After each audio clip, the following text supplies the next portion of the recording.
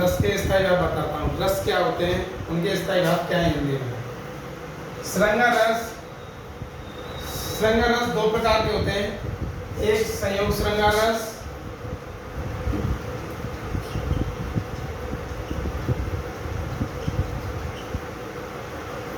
और दूसरा होता है वियोग श्रृंगार रस।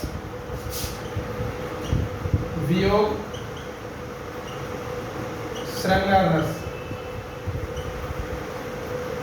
इसका स्थायी भाव होता है रत्य। श्रृंगार रस का स्थायी भाव होता है रत्य।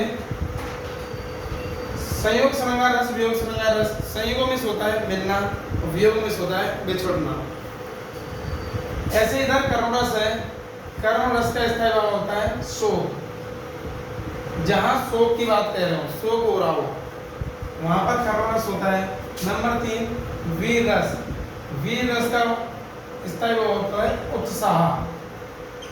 उत्साह उसका होता है उत्साह वाली बात हो रही हो, जहाँ भी कोई सेना की बात आ रही हो या जिसमें उत्साह हो, वहाँ वीर रस होता है।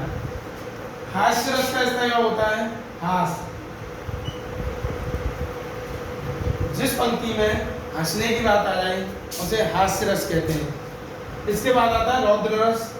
रौद्र होता है जहाँ पर क्रोध की बात हो रही हो, जहाँ पर क्रोध की बात हो रही हो वहाँ रौद्र रस होता है।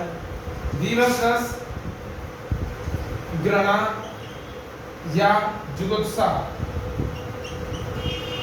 घृणा या जुगुप्सा, जहाँ लाश काट पीट की बात हो रही हो, खून कच्चर की बात हो रही हो, वहाँ विवश रस होता है। भयानक रस क्या होता है, भयानक। भयानक से हमें पता चल रहा है कि भयानक होता है भय। भयानक होता है भय, जहाँ डर की बात हो रही हो, जहाँ डर लग रहा हो, भयानक भय लग रहा हो, वहाँ भयानक रस होता है। अद्भुत रस होता है आश्चर्यजनक। आश्चर्य, आश्चर्य होता है जहाँ अचानक कोई बात पता चल जाए उसे अद्भुत रस कहते हैं या आश्चर्य। शांत रस होता है निर्वेद। निर्वेद या वैराग्य। निर्वेद या वैराग्य, जिस लाइन में, जिस पंक्ति में सुनकर कोई इंटरेस्ट ना रहे उसे हम निर्वेद या वैराग्य शांत रस कहते हैं, जिसमें शांति की बात हो रही है। वात्सल्य रस होता है वात्सल्य, वात्सल्य रस, यानी जहाँ बालक के प्रति प्रेम हो वहाँ वात्सल्य रस होता है। लास्ट है भक्ति रस। इसका स्थायी भाव होता है भक्ति। इसका स्थायी भाव होता है भक्ति, जहाँ भक्ति की बात हो रही है उसे भक्ति रस कहते हैं।